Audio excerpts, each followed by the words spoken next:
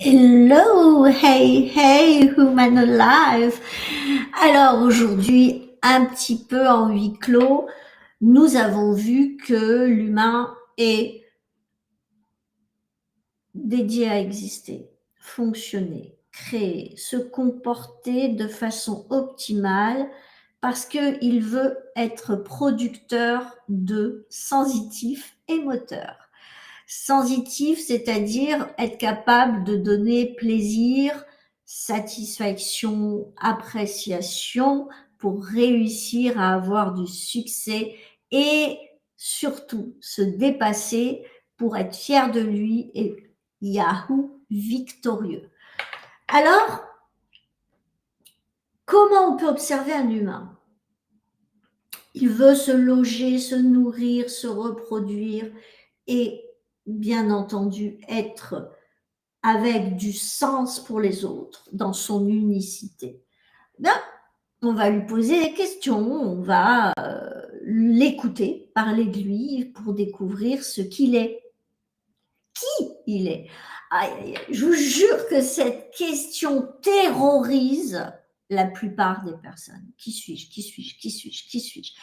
Et finalement, cette observation-écoute de soi, elle pose des pétards de problèmes parce qu'il y a des portes ouvertes et il y a des portes fermées pour aller investiguer de façon absolument privée et confidentielle et intime, d'aller toucher les points forts et faibles et finalement voir quel est le profil optimiste, pessimiste dans chaque rôle que je joue sur chaque terrain de jeu, sphère d'influence, catégorie de vie. Vous allez dire, ouais, ça devient compliqué ton histoire pour exister, alors encore plus pour fonctionner, et puis encore plus pour se sentir capable de créer et avoir le bon comportement. Ah non, non, non, il n'y a pas de bon ou mauvais comportement. Il y a le vôtre, et si il peut être jugé de toute façon, mal aimé de toute façon, et aimé, apprécié et revendiqué comme étant le choix des autres de toute façon, il ne sera jamais bon ou mauvais. Il sera perçu comme tel parce que les priorités ne seront pas celles d'en face. Faisons simple. Si vous vivez aujourd'hui au cœur de l'Europe, vous n'allez pas avoir la même relation à la priorité eau et production alimentaire que si vous êtes, et je prends toujours cet exemple, le pays, je vous jure que j'ai rien contre le Mali, au cœur du Mali. Vous n'allez pas avoir les mêmes priorités.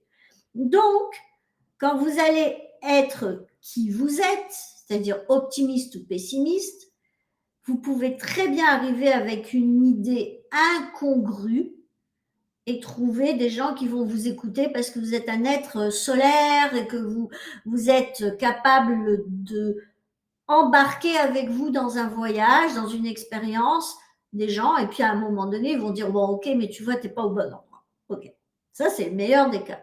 D'autres ne vont pas vous écouter.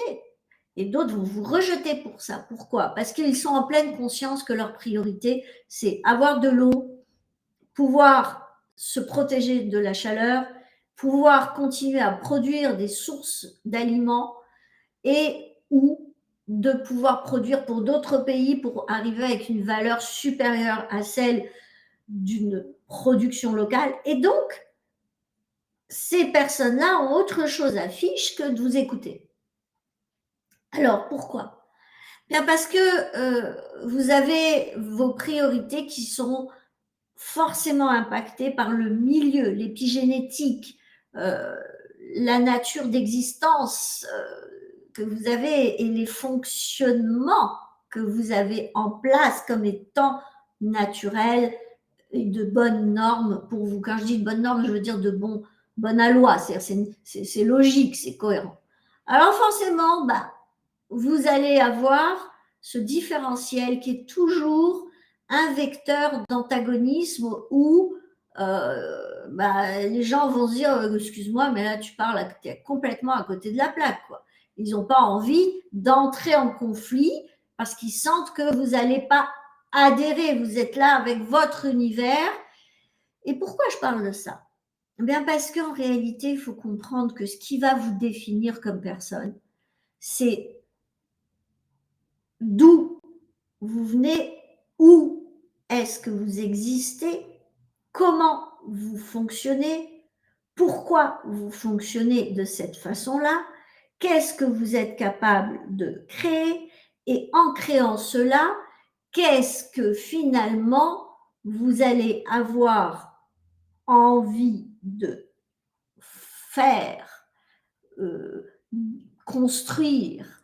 Et ce comportement qui va vous définir va coller à votre identité avec une personnalité qui est une personnalité optimiste ou pessimiste dans un milieu qui est favorable à ce que vous êtes et qui vous êtes. Ce que vous êtes, c'est papa, maman, entrepreneur, artiste, ok? Et qui vous êtes, c'est optimiste, pessimiste. À ce moment-là, vous allez avoir à créer une adaptation, conciliation, négociation, mais jamais suradaptation. Pourquoi je dis jamais? Je n'ai pas le droit de vous dire ça. Ça n'a pas de sens.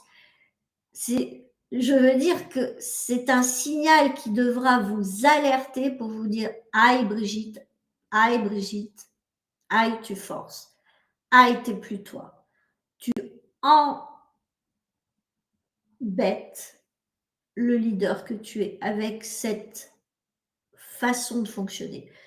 Tu abîmes cette identité qui est normalement un pont pour te relier et tu en fais une difficulté, etc., etc. Et à partir de là, une fois qu'on est clair sur ce qu'on est et qui on peut évaluer notre capacité à suivre une intuition pour aller à un endroit obsolète, mais votre mission de vie va faire que, en fait, c'est là où vous allez pouvoir faire valoir la puissance et le rôle de votre génie. Mais ça, vous ne le savez pas. Vous ne savez pas qu'en allant, allez, on y va, une couche de plus, au Mali, et étant un ingénieur qui a une vision complètement différente, sans énergie, d'aller transformer la sécheresse par les extrêmes de température en humidification des sols et condensation de la buée, exemple le Maroc, qui a compris qu'il fallait poser une vision écologique sur le problème de l'hydrométrie et de l'hygrométrie de l'air sur une table et de poser la question que fait-on avec ça? C'est la seule chose qui nous reste. Donc, dans mon exemple avec le Mali, on se retrouve dans la même chose. Si vous arrivez avec ce que votre environnement a fait de vous, de meilleur, un ingénieur, vous avez fait vos études, vous avez bien mangé, vous avez une famille, vous êtes allé à la plage, à la neige, etc. Et vous arrivez avec ça dans un pays totalement différent. Premièrement, vous allez fermer votre gueule sur vos constats sensitifs et réactifs et vous allez vous interroger sur ça. Parce que vous allez vous dire, bon, ok, à quoi je sers, quoi? Humilité, mais pas humilité dans la modestie, non, humilité dans le temps d'observation et d'écoute active. Parce qu'à partir de ce moment-là, je vais laisser processer mon corps qui est excité d'être la personne que vous êtes et qui vous êtes, c'est-à-dire cet optimiste ingénieur, et vous allez vous autoriser à écouter, à observer, à processer, à vous autoriser à aller voir les bons interlocuteurs et de le cœur ouvert, aller parler business et aller partager votre génie, votre potentiel, votre développement sur une base créative de cette idée que, waouh, sont des terres extrêmes, j'ai eu la chance de vivre là où j'ai vécu, et finalement d'arriver à partager un patrimoine créatif. C'est une modalité de pensée qui fait que finalement vous devenez une personne opportune pour les autres. Que vous soyez dans un endroit cohérent ou non cohérent par rapport à votre vécu, c'est ce que vous allez faire de votre vécu pour les autres qui va faire de vous un être unique et une opportunité pour la planète, pour votre ville, pour votre quartier, pour votre rue, pour votre immeuble, pour votre famille, votre maison, votre couple et votre vision du monde. Et donc, c'est intéressant de voir qu'à partir du moment où vous savez qui vous êtes et ce que vous êtes, vous allez pouvoir commencer à faire avec votre fonctionnement différemment des choses parce que vous êtes habité par cette personne et que vous avez la possibilité dans tous vos personnages de papa, d'entrepreneur, de sportif, d'artiste, de chanteur, vous allez pouvoir faire des expériences avec qui vous êtes. Alors, vous allez moduler ça. Vous allez être parfois optimiste en tant que père et puis vous rentrez au boulot. Vous avez votre entreprise qui vous accueille avec une petite liste d'ordre du jour. Et là, vous allez avoir une baisse de régime, mais vous avez une équipe que vous avez attirée avec ce que vous êtes d'optimum. Et là, vous allez être relancé. Vous allez créer une réalité qui va se baser sur votre conscience de qui vous êtes, ce que vous êtes, comment vous fonctionnez, en quoi ça, sans aller inventer un château en Espagne, comment ça a de la valeur pour vous et votre chemin dans l'océan du monde. Peut-être que ça vous aidera à ce moment-là, à vous aimer plus, à vous aimer mieux, à vous estimer, à vous réévaluer et vous considérer comme étant quelqu'un qui a un rôle à jouer. Et vous savez, aujourd'hui, à mon humble avis, nous souffrons de cette capacité à nous estimer capables de conciliation. Il y a des zones sur cette planète où on a un problème sur la conciliation. Parce qu'on a un problème de considération sereine, de considération pleine. Ça veut dire en accueillant les plus et les moins. On ne veut qu'une partie de l'histoire. Ou on est des victimes, ou on est des personnes, des zones ayant droit à. Et donc, je considère que votre propre expérience peut être très sereine peut être très serviable pour votre communauté, votre environnement. Et bien entendu, nous parlerons un petit peu plus en avant pour le prochain rendez-vous. Et bien entendu, belle journée, belle soirée, bel après-midi, quel que soit le continent où vous vous trouvez, n'oubliez pas votre première œuvre. C'est vous.